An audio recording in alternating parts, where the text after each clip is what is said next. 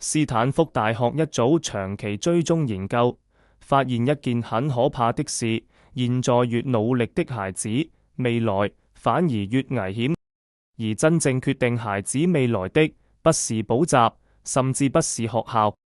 他們不是看成績，也不是看升學率，而是一路追蹤孩子。在 AI 時代到來之後，誰變強，誰被淘汰？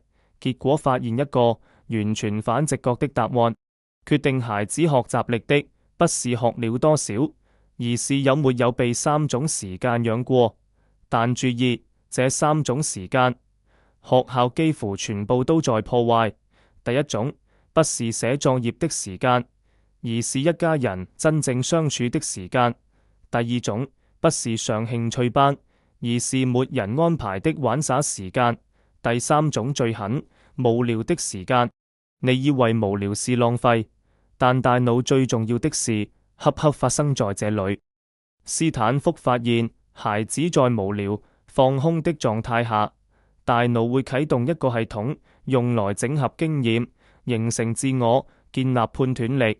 也就是說，指揮官能力不是在補習班長出來的，它長在被陪伴、被允許探索、被允許什麼都不做的時間裡。所以真正殘酷的是，很多家長以為自己在為孩子拼未來，其實是在系統性地剝奪他成為指揮官的機會。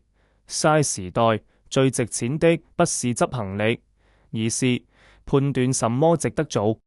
如果你想知道怎麼把家庭時間變成孩子真正的底層競爭力，關注我。我不教你焦慮，我拆的是未來贏家的成長結構。